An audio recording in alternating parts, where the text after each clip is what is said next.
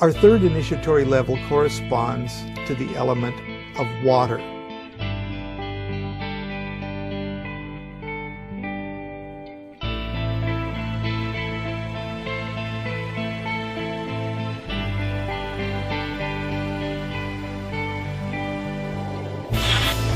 In the tarot, this is represented as the suit of cups, the heart of God.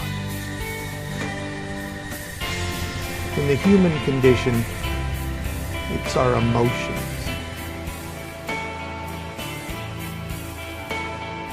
But more than our emotions, it's the key that integrates the two levels beneath it. That's certainly true in the Kabbalah. I believe it's Bria above Yetzirah, because mind is viewed as kind of relatively primitive compared to emotion. The emotional body is closer to God, closer to reality, the feeling it, than the evolutionarily later experience of now formulating it through idea and thought. That's a more recent development, and it never can be as pure as the ability to flow in a kind of a feeling sense, a sentience with it.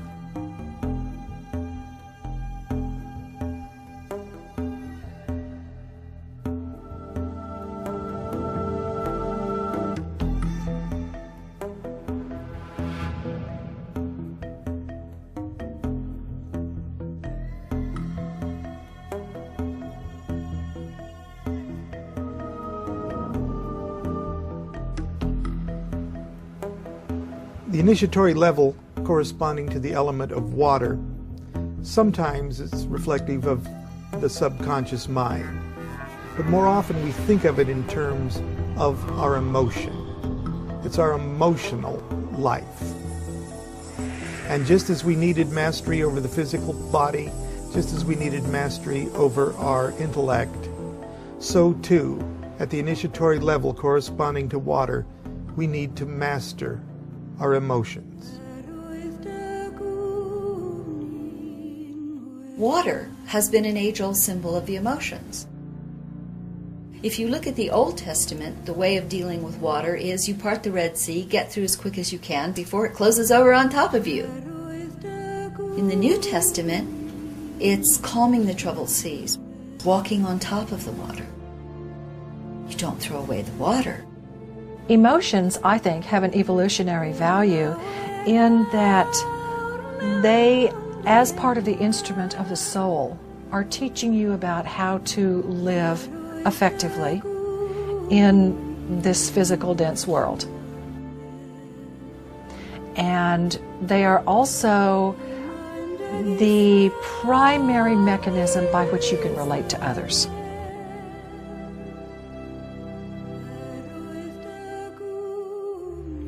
And so the training of the emotions, which is where most people live, is a vital part of that building a stable base, a personality through which the soul can work. The emotions have a vital part to play in creativity, in bringing things from the abstract into objectification. But the emotions can't rule. The emotions can't choose everything all the time.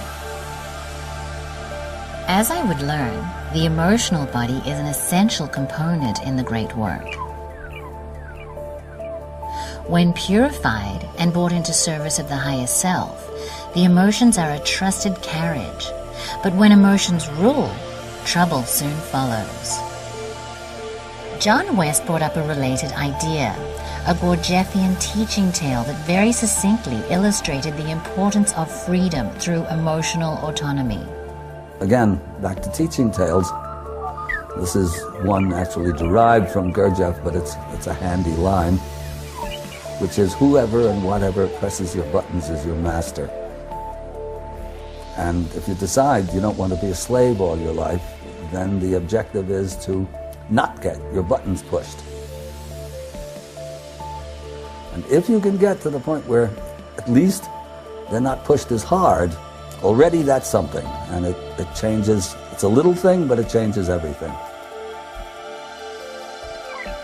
Another great Gurdjieffian thought tool is getting into the habit of thinking of our vibrational output, our thoughts and feelings, as real, tangible things of a subtle nature, not directly observable, but like gravity, radiation, magnetism. Its effect can be readily observed.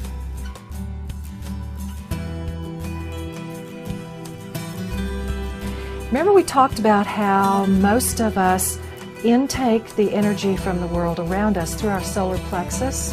Well, there's no filter on the solar plexus. You know, they talk about an epidemic and publish articles about it, and everybody goes through a kind of fear warp. You take in this energy. You take in everything.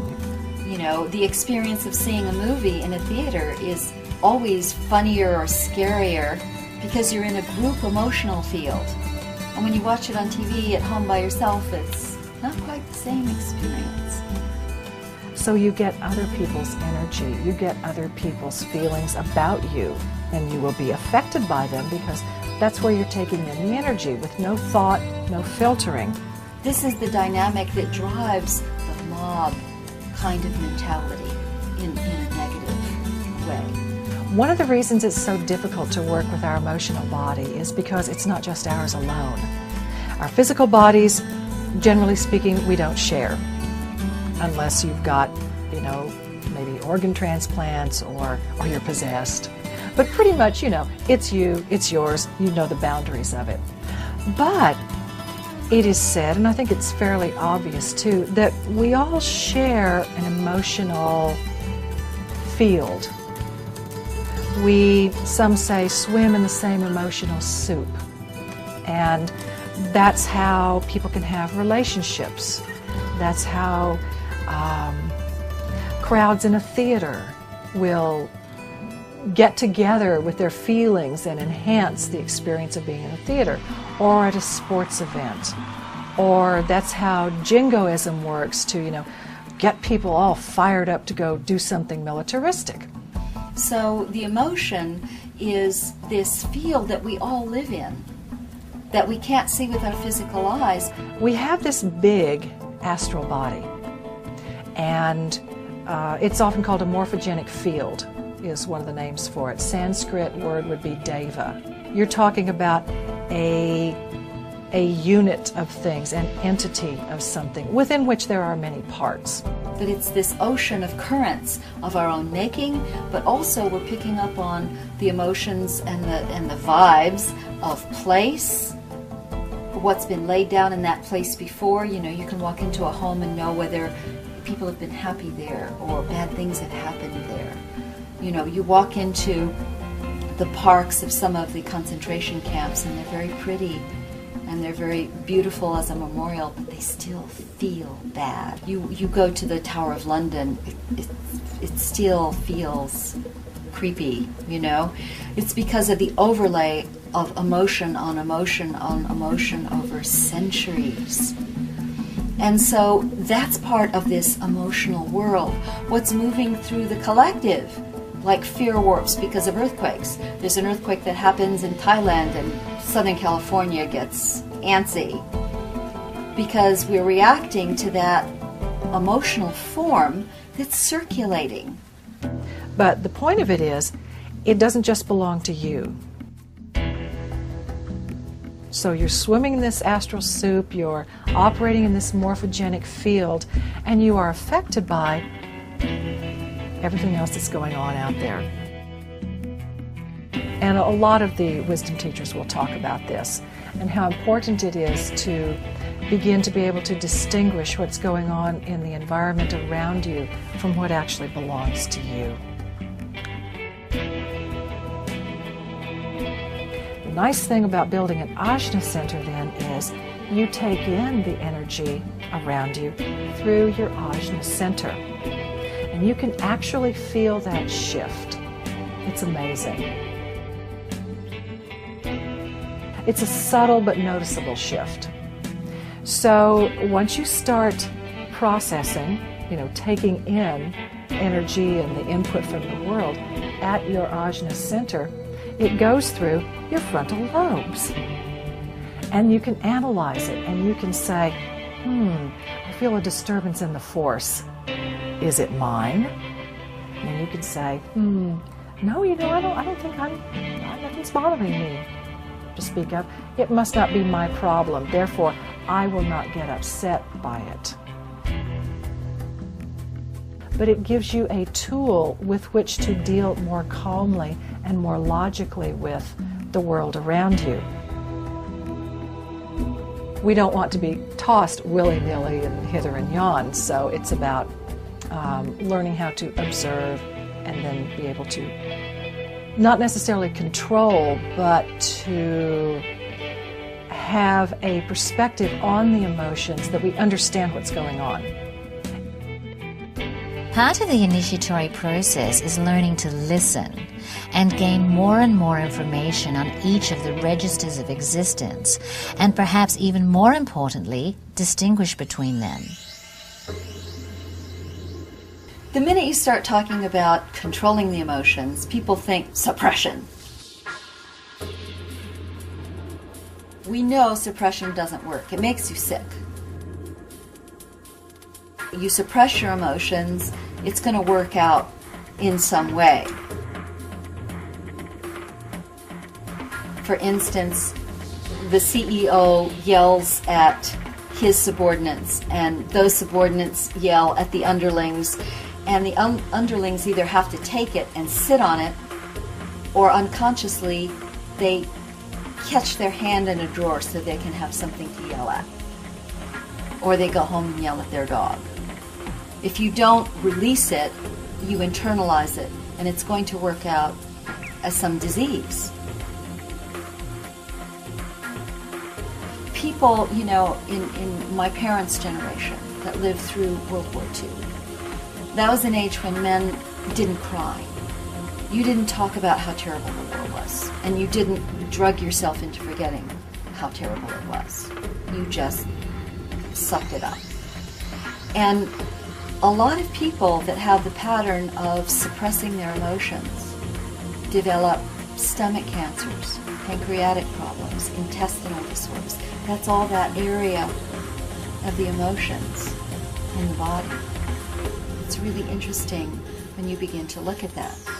The West is handicapped right out of the gate because we've grown up with the Ten Commandments. And the Ten Commandments is the only spiritual code for the masses that's written in the negative. Thou shalt not. And so people think, well, if I don't lie, and I don't cheat, and I don't commit adultery, and I don't kill anybody, if I don't do all the don'ts, I'll be a spiritual person. Well, mostly that just means they've suppressed everything. But it doesn't mean that you're now a spiritual person. It's not stopping the bad. It's building the good. It's changing it. You don't stop or suppress a negative emotion and pretend it's not there. It doesn't work and it's ineffective anyway. You have to transform it. You have to change it into something positive. In the alchemical allegory, emotions are a necessary ingredient which makes possible the synthesis of all the elements into the philosopher's stone. This is the real meaning about the story of turning the other cheek. If you look at that as a dynamic, when someone hits you, you have three choices. You can hit back. It's quick, effective, finishes off the karma. Nobody learns anything, and it perpetuates the pattern.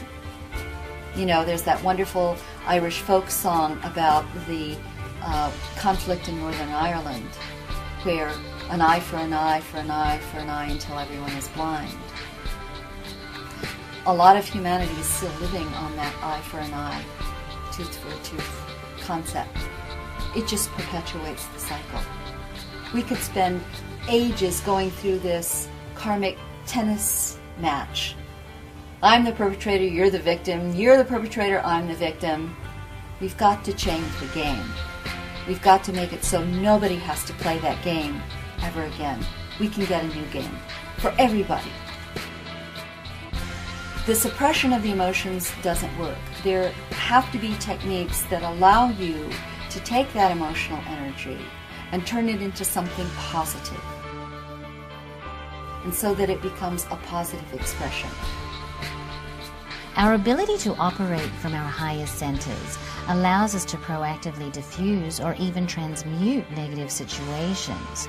This is an example of not identifying. We are not our emotions. We are having, creating, and watching our emotions. Again, going back to the turn the other cheek. Instead of hitting back, your second option is to stand there and do nothing.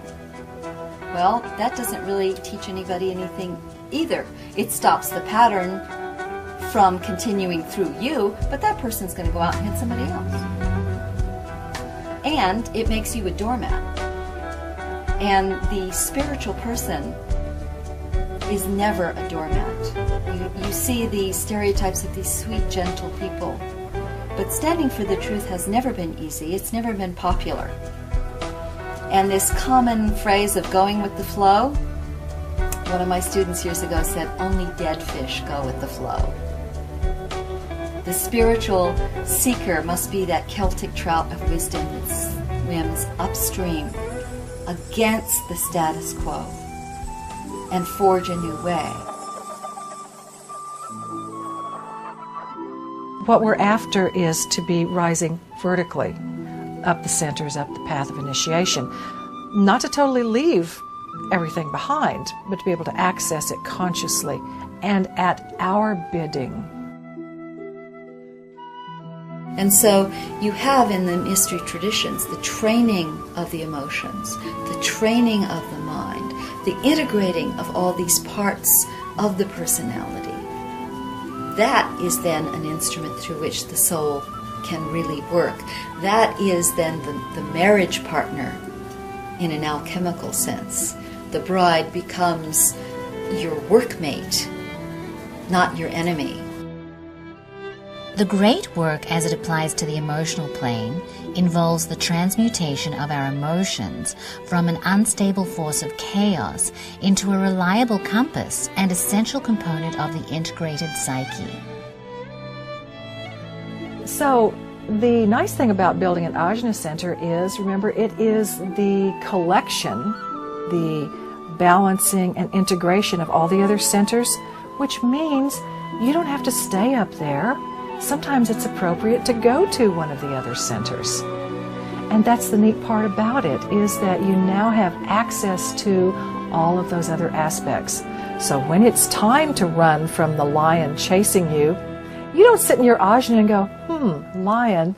You drop to your root center, your adrenaline kicks in, and you're out of there. Or when it's time for romance, you don't stay in the ajna center, you go to the romance centers. Or whatever the case might be. But the point of it is, you don't just live in the lower centers. You have your predominant dwelling in the ajna center, and then you have access at any time, in any place, in any way, to the other centers. The second to the highest Kabbalistic world in the Yod-He, Vav-He initiatory formula is that first He. Now, in the human condition, the Kabbalists call it the soul intuition. It's a level of consciousness that is not limited by time and space. In the tarot, this is represented by the suit of cups. It's literally the heart of God. The heart is viewed as the most intelligent organ. The compassion, it's the mind, it's the heart-mind. As the Buddhists talk about the mind as being in the heart, the seat of consciousness is here in Buddhism. It's a heart-mind. Very interesting, a very interesting concept. The heart is the seat of conscience. And recently, only in the last couple of weeks, I think, or months, I've been reading medical reports that say that the heart is not, after all, as we're taught in our Church of Progress, simply a pump to push the blood through our bodies, but that it in fact does, in some way or another, reflect or contain those characteristics that have come down to us from antiquity and which are part of common language. You don't get the woman you love, your heart broken, or your heart sick, or your heart throb, etc., etc., etc. The heart really does play that role, and in the court of Osiris, the heart will betray you if you've been lying to yourself and to the world. In Tibetan Buddhism, it's the principle called bodhicitta. It's the integration of wisdom and compassion, which is the highest expression of Buddha, or enlightenment. Because, I think in this conversation, it's because a recognition that the heart is such an advanced stage of consciousness, and what the real heart is the experience of love for all beings.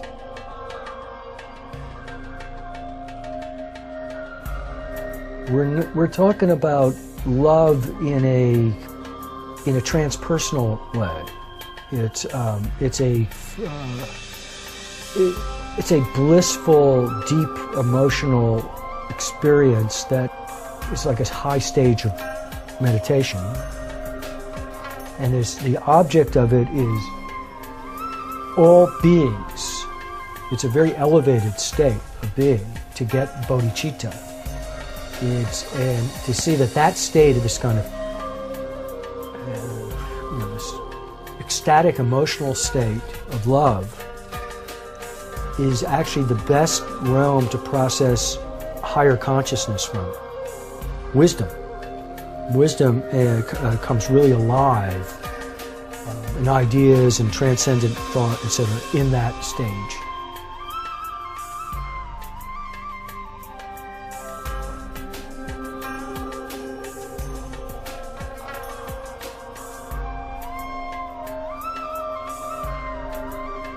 At the highest spectrum of the emotional realm is the mysterious phenomenon of intuition. Naturally, one aspect of water is that of our subconscious mind.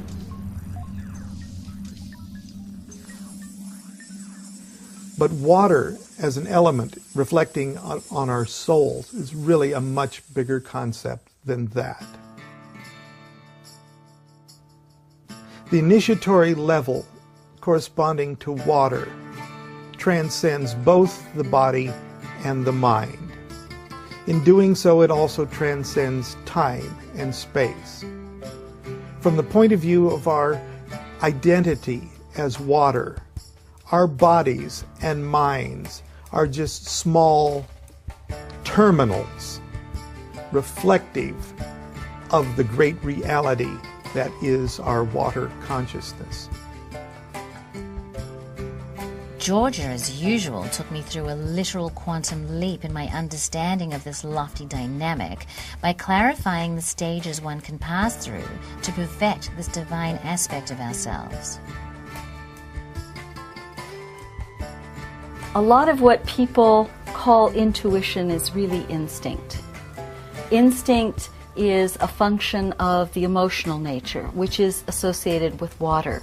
So it's associated with not only animal instincts, but it's associated with dreams, with that sort of otherworldliness, the visionary mystic. But you progress from that kind of intuition to intellect, which is the training of the concrete mind, but you don't stay there. You go beyond the concrete mind to true intuition, which is a function of the soul.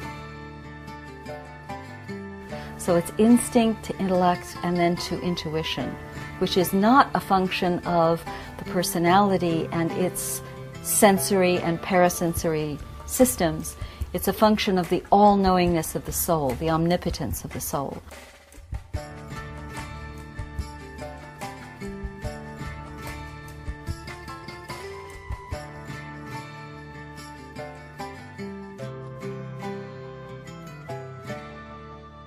good illustration of this soul intuition is the mother who wakes up in the middle of the night knowing that one of her children is in danger or is in trouble.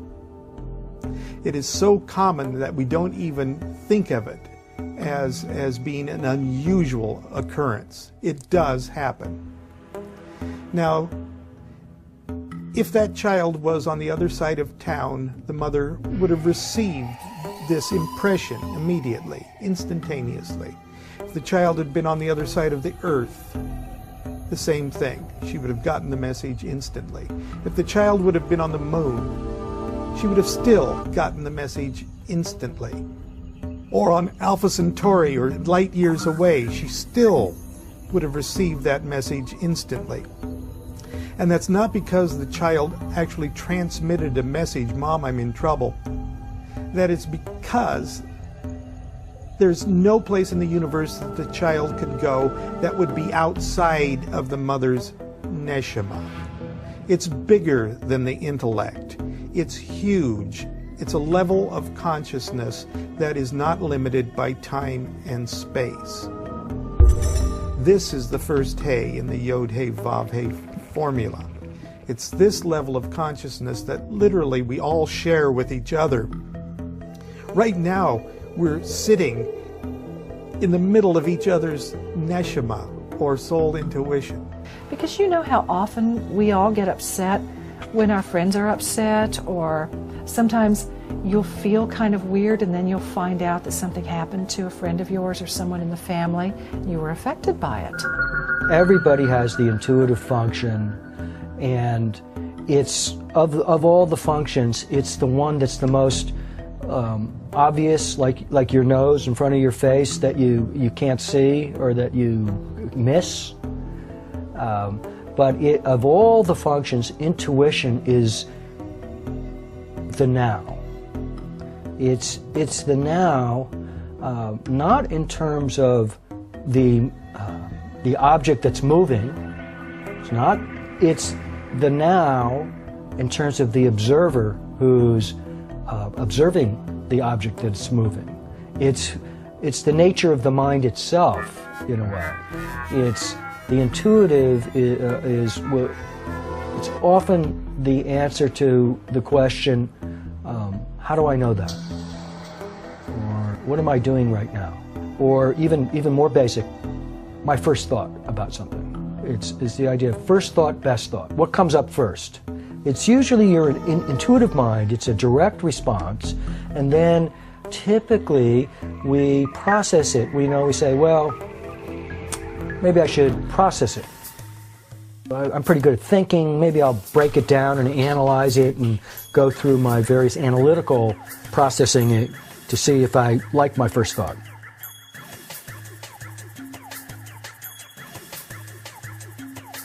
I gotta watch it, or I gotta test it. Science is great in terms of the physical sensation, and it's gotten so clever at setting up these little experiments where what they do is science tries to turn things as much as possible into physical things.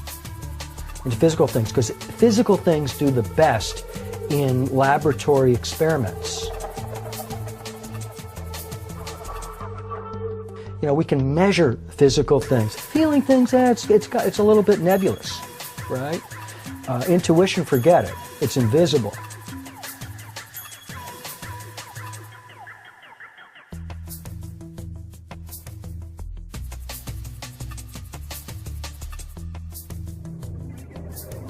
And thinking is the realm of philosophy. Thinking is the old way of knowledge. The lead people were the great thinkers of our day. But the scientists have taken over, and they've been terrific in a lot of what they do. But I have a lot of resistance to science in my own personal, intuitive way of being. Only in that some scientists, not all, make a mistake, in my opinion, an arrogant mistake of invalidating that which doesn't fit into their experiments or into that the physical parameters. It's like, well, if it can't be measured, it doesn't exist. And that's unfortunate because, you know, when we're talking about spirit, we're talking about the intuitive faculty, which is, in a way, is very much related to spirit. It's often the way that people that are looking for spirit experience spirit is through intuition. If that can't be measured, if that can't be thingified, reified, or turned into a physical thing, well, let's move on. Let's put it off the table because there's nothing we can really do with that. And that's one of the reasons why this has been left to only 25% or less. It's the dirty little secret. It's the underside of the Western culture is what's known through intuition and what's known through spirit.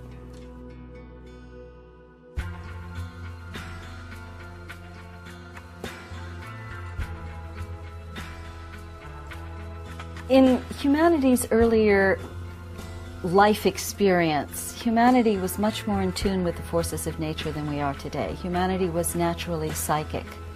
And so when we look at these wonderful ancient ruins that are so perfectly aligned with the stars and the planets, we think, wow, there was ancient knowledge. That may be true. However, it may be something else entirely. People built perfectly because it felt right, according to their instinct. The same way that cattle will walk all day and then choose a place to stop for the night, and that's where the Romans would build their cities, because it would be a good place. So humanity had this innate ability to tune into the forces of nature, to build properly, to sense their larger environment. Well, as we began to build the intellect, we had to move away from that. It's sort of like we had to move away from the womb of nature to establish our own self-identity. But then we will return to that at a higher turn of the spiral. And deep within every human being, there is both a sort of head and heart receptor that must be used together, because the head without the heart produces the manipulative dictator and scientist, but the heart without the head produces the stupid priest, and neither one serves God very well. So you have to have them combined.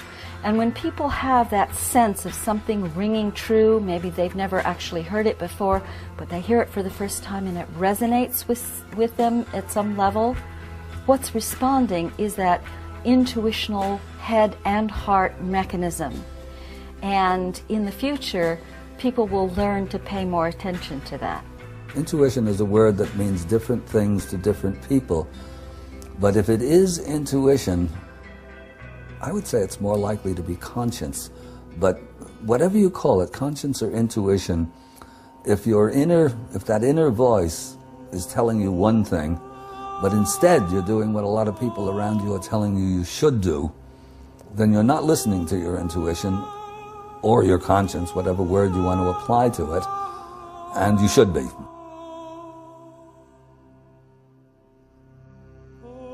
One of the weirdest things, if one ever has a chance to, actually follow up on some of these things, is that often the person who is the one being supposedly kept in the dark about the affair will often begin to exhibit the characteristics of the other person that they're having an affair with.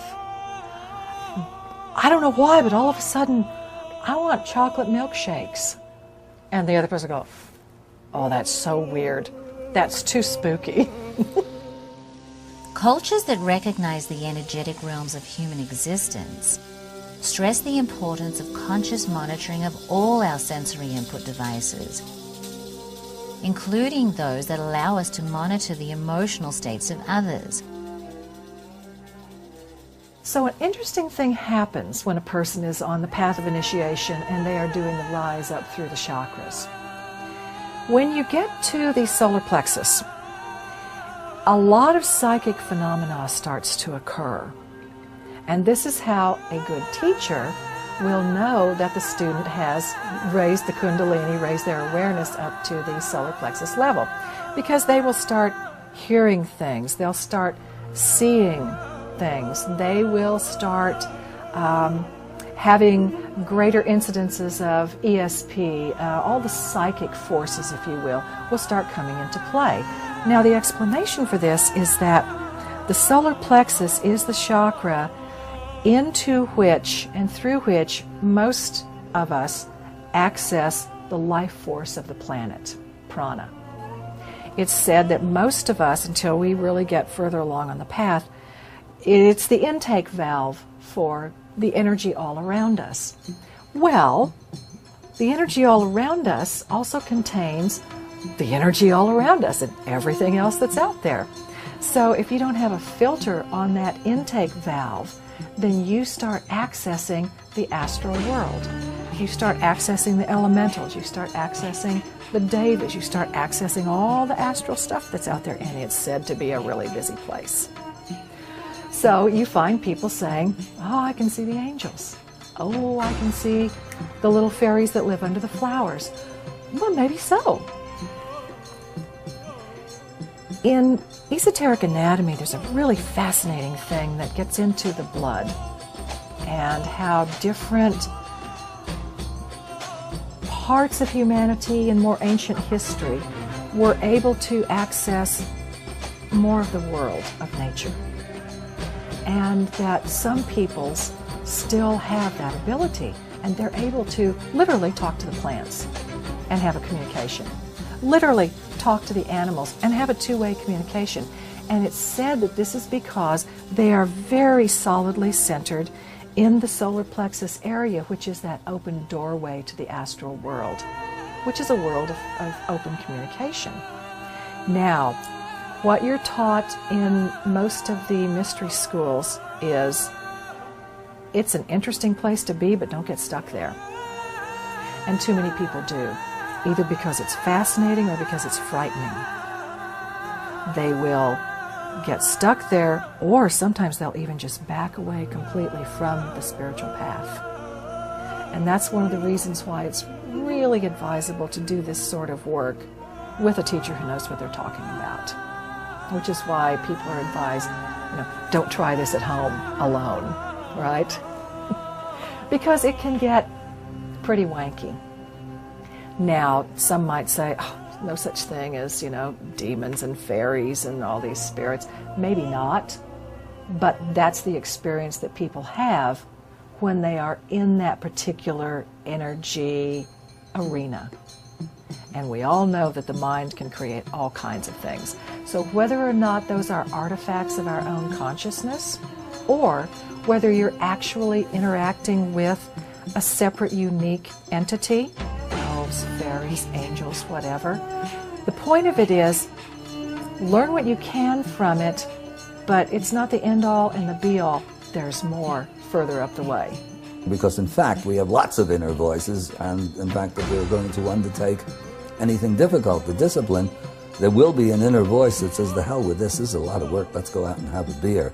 So you have to be careful about intuition or conscience, but without it, it's that really that has to take you, that has to introduce you to the path in the first place and then guide you along it. So it has to be listened to, but as I say, it has to be listened to with a certain amount of a certain discrimination and discernment to determine which inner voice it is that's talking. The inner voice that says, well, the hell with this, let's go have a beer, or the inner voice that said, this is something I really need to do. So emotions are the tool of the gods, and what you are drawn to or what you are repelled by, absolutely, it's a signal, it's a signpost. The trick is to learn how to read it. That's where the hard work comes in. The question of intuition is actually a very interesting one, because we all have it. Some people have it to a much more advanced and, let's say, evolved degree than others. There are ways in which supposedly you can develop your intuition.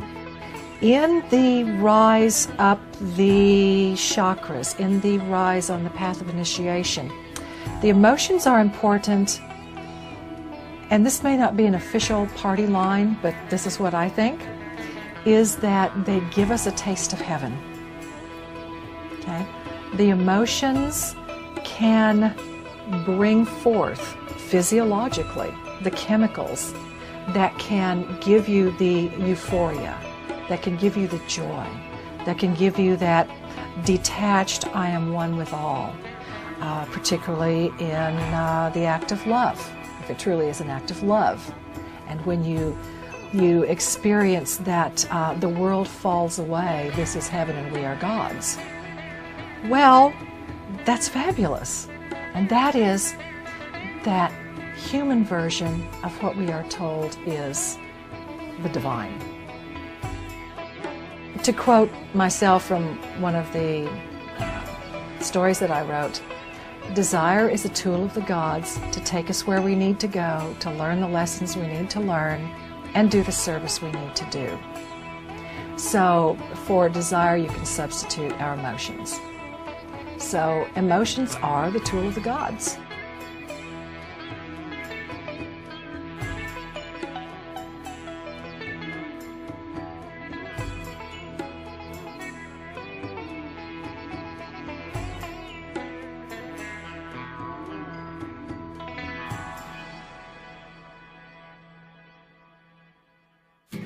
Does love belong in this particular step of the path? Absolutely it does. Just like the emotions are an echo of the divine, so too are our loves for each other an echo of the divine.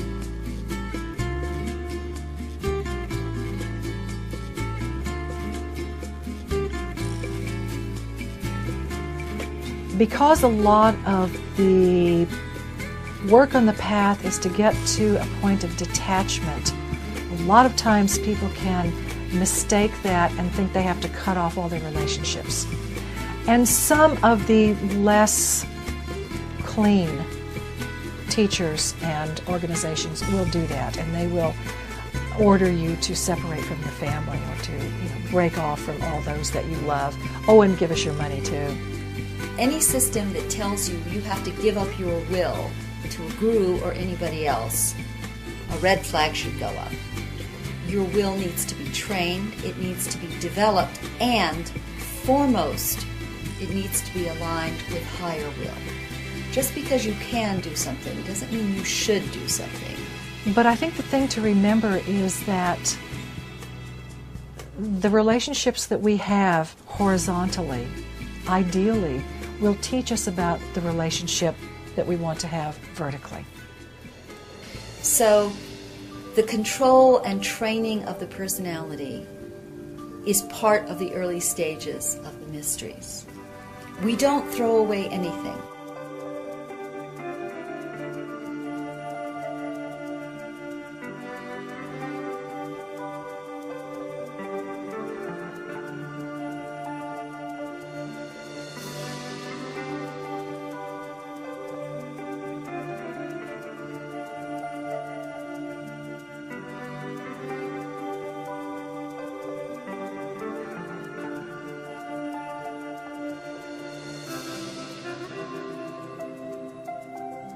I think we all work with the issue of dealing with our urges, our instincts, our emotions, our desires, and it's a work in progress, as I see it. How we treat ourselves in this process is more important than our results.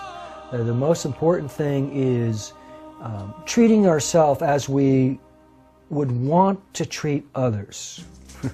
It's kind of the reverse of the golden rule. And I think that it's often easier to be kind to others than to be kind to ourselves in this way. It's often easier to be kind to, particularly, say, a child or a pet or a stranger. And that when we get into our kind of psychology, when certain types of buttons are pushed in the relational world, and that sets us off. And that we listen to different kinds of voices in our heads. Okay.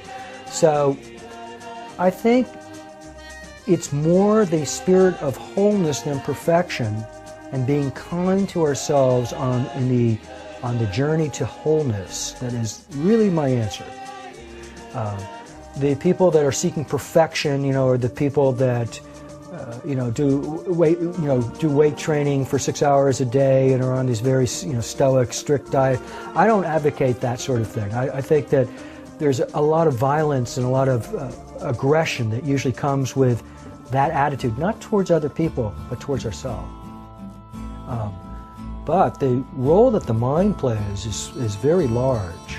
We can, if you add the level of anxiety and regret to what is already more of an organic situation, that immediately makes it worse, immediately generates suffering. And so there I would talk about the difference between necessary suffering and unnecessary suffering. And I think we need to learn how to experience necessary suffering. Pain is pain.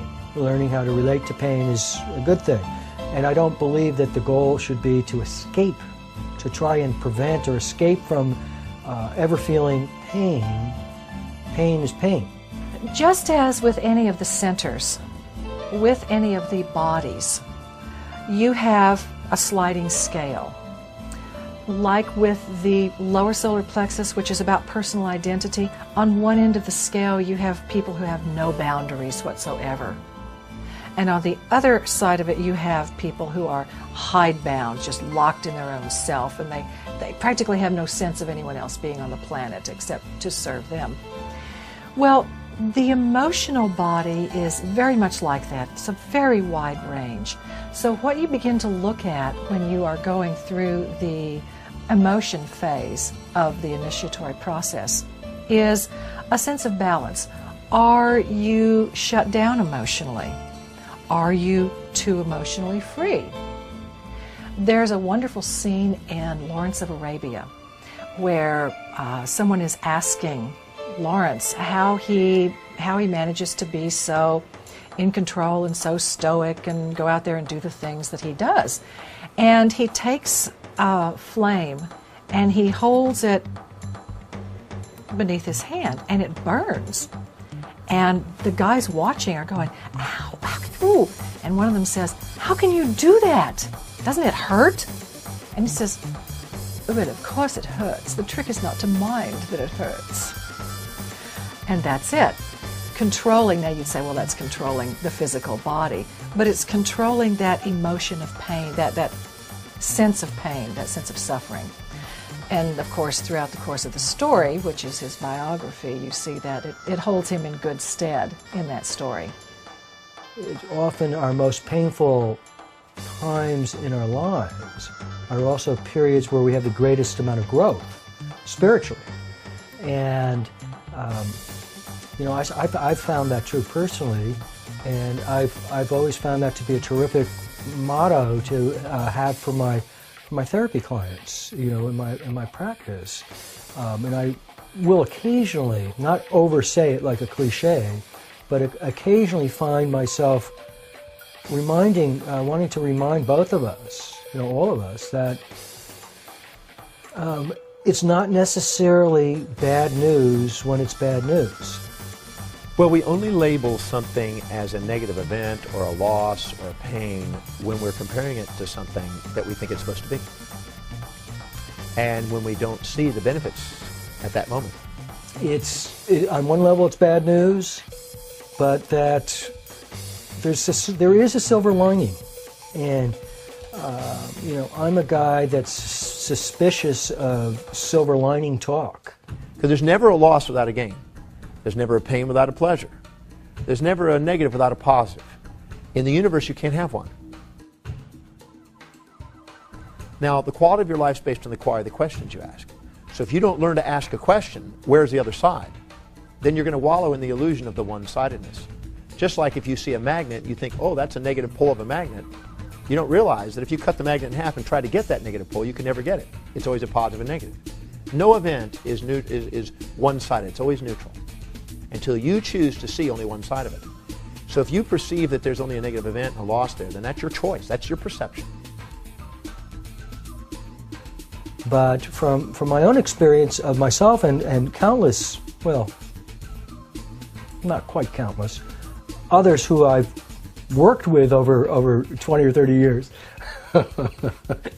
I think there is a silver lining to suffering, because there's a transition that takes place into a level of maturity and what I call seasoning of people that have gone through pain and suffering and have gone crazy with it, but then have come through it with some kind of dignity and some kind of seasoning that makes them much better people because of it. And they know that. It's very easy to talk about that on a kind of cliche-ish way.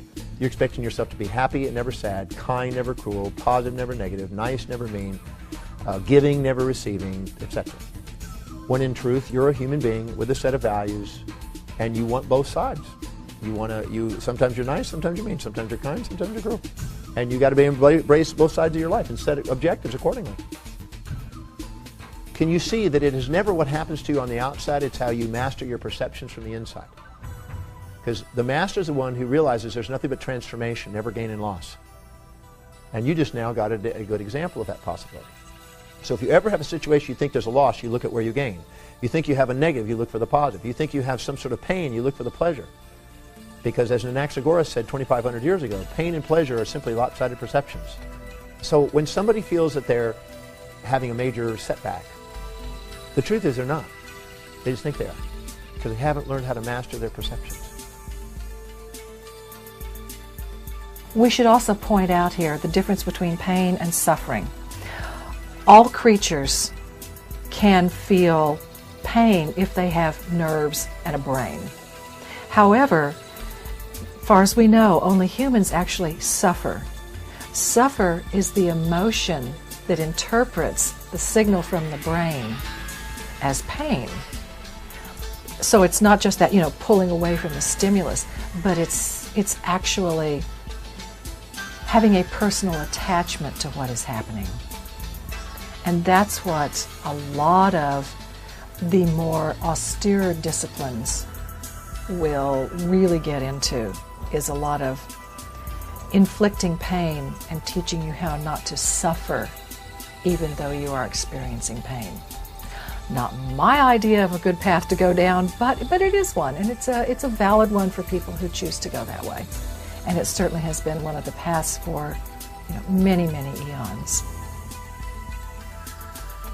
So it's a really good example for us as we go through this particular step of the initiatory process to keep in mind that the emotions are supposed to be like the physical body, like the lower mind, something that we have. It's not us. And not to get so wrapped up in it that we break the trust to our higher selves, that we separate ourselves from that which we truly do love. It is the question of self-awareness. So if you can do it, and in order to do it, you have to already be self-aware, otherwise you're instantly lost in the IRS or the car on fire. So the object is to do exactly what you would do otherwise, with the directed attention, is to try and get the IRS off your back, or the car unfired.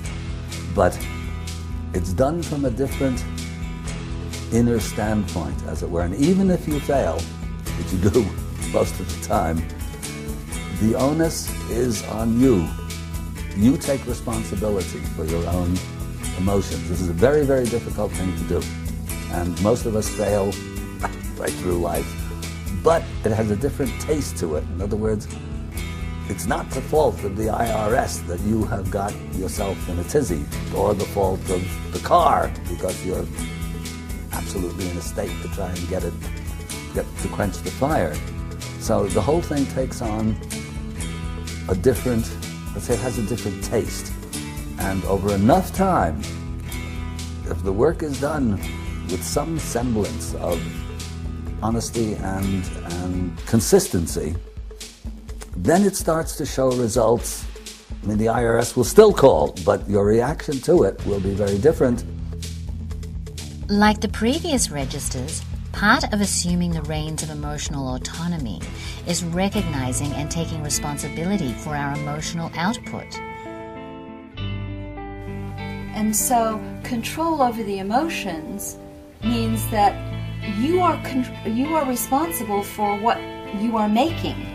You know, humanity en masse is getting that, you know, we've got to be physically responsible. Because in the old days, when you polluted your land, you just made war and took over somebody else's. Or you explored new territory. Or you went from castle to castle and had your servants clean out the dung in the one that you left. But now we live in a world where what we put in the oceans affects all of us. What we put in the air affects all of us. And so we have to be physically responsible. We're not quite there yet, but we are really getting it as a globe that, you know, we're not going to have a planet if we don't do something fairly quickly. We have yet to reach that point emotionally. Proactively maintaining a purposeful and intentional state allows one to operate more securely than passively allowing random emotions to be forced upon us. This leads to a recognition that maintaining a specific emotional state has subtle effects on the lower and higher centers, and correctly applied can hold the key to accessing truly magical states of higher awareness and experience.